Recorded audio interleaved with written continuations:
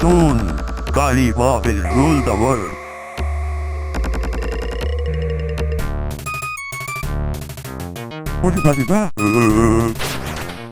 Indiana Jones and the Temple of Doom hit the arcades in 1985 from Atari Games.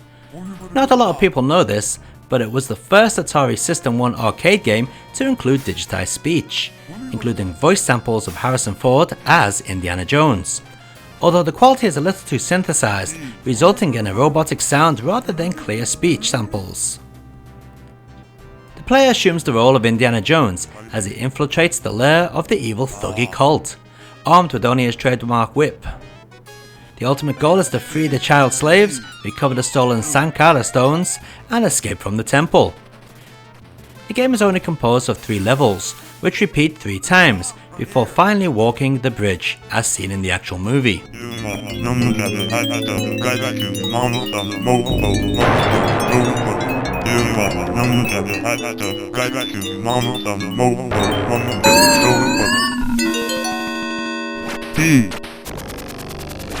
Yeah.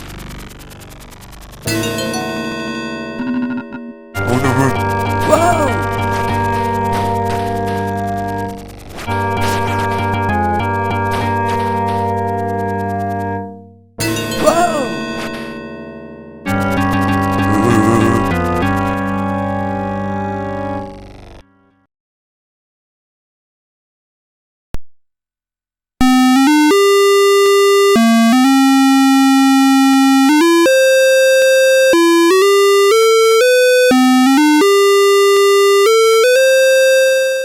Can't really expect too much from the Apple II as far as games are concerned, so it comes as no surprise that this port is a little poor, mainly due to the gameplay mechanics, having you get stuck on parts of the background. Still, this is a reasonable attempt for an Apple II and worth your time if you happen to own the system.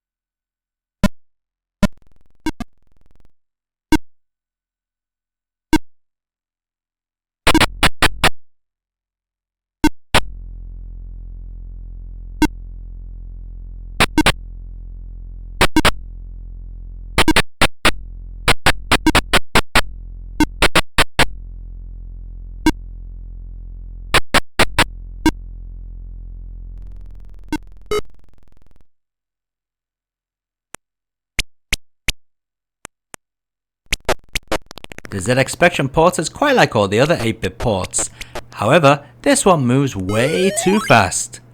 Most of the time you can't see the enemies approaching until it's too late. The graphics are also poorly defined, making it a real pain to see the whip grapples that are needed to swing from platform to platform. Then we have the control problem. Oh man, are they slippery. You'll find yourself falling off the edges of platforms more times than you care to remember.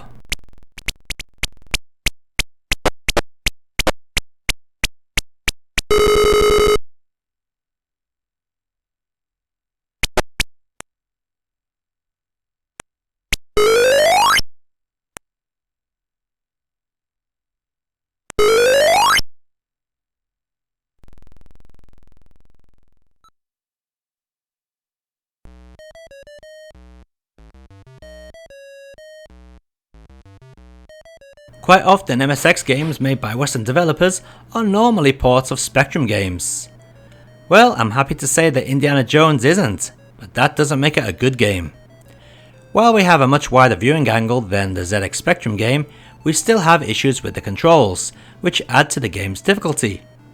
Programmers probably thought that this game was still too easy though, so now we have to put up with Molaram appearing way too often and in places where he shouldn't be, such as when you pick up the Sankara stones.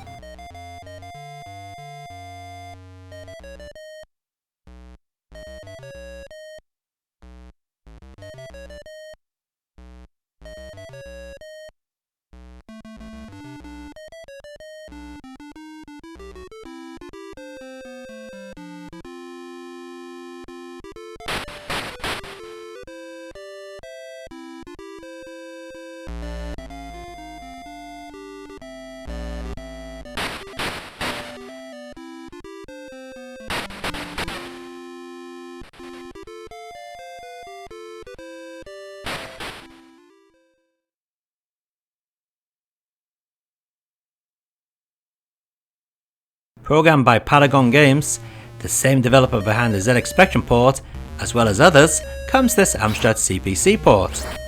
At first it looks really good, mainly due to the game running at a brisk pace for the CPC. All is well until you discover the awful collision detection, sluggish controls and overly high difficulty setting.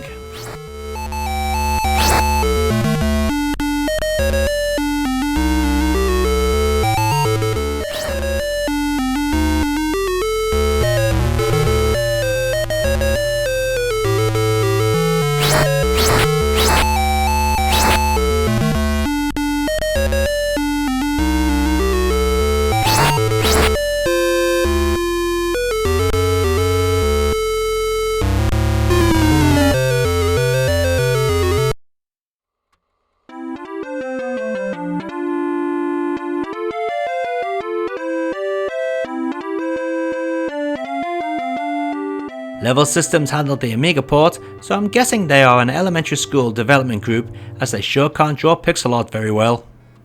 The Amiga is a 16-bit system, but this game looks sub-Master System quality in terms of graphics.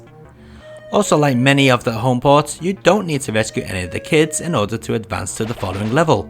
Just find the exit and you're done.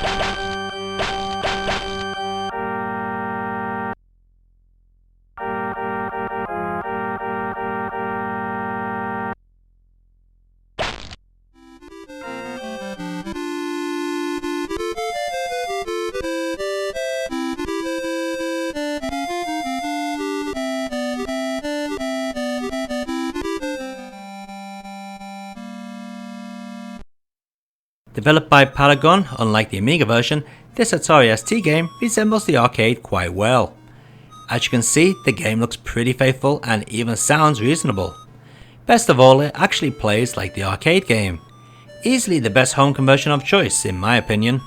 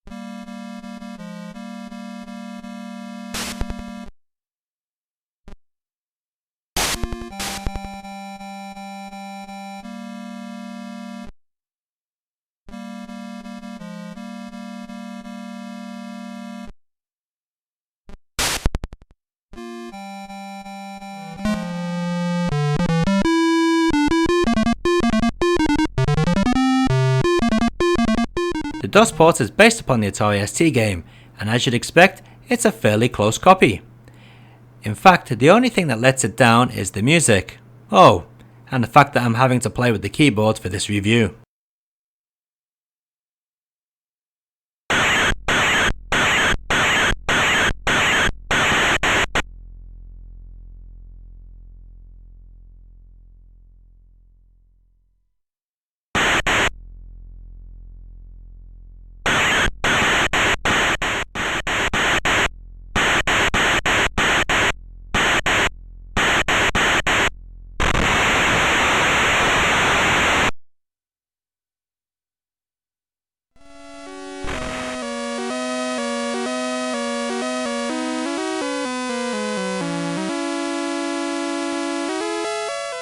Probably the best of the 8-bit home computer ports, thanks to smooth gameplay and acceptable audio. Strangely enough, this is based upon the Apple II version, judging by the minecart section and the level layout.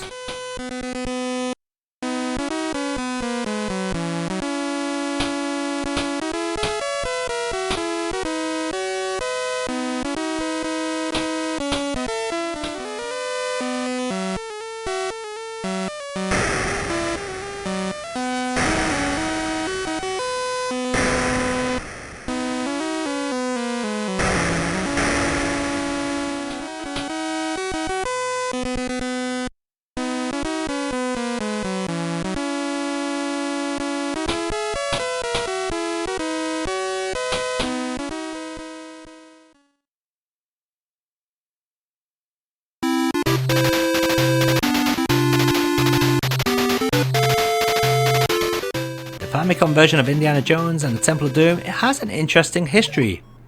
In December 1988, there were two versions of the game available, distributed by Tengen and Mindscape, although the software itself was identical. After a lawsuit, Tengen's unlicensed version was pulled from the shelves, and Mindscape's became the standard. The game is based upon the arcade game, but has been rearranged, resulting in a completely different gaming experience for the worse. Bad controls, ugly graphics and glitchy gameplay make this one to pass on.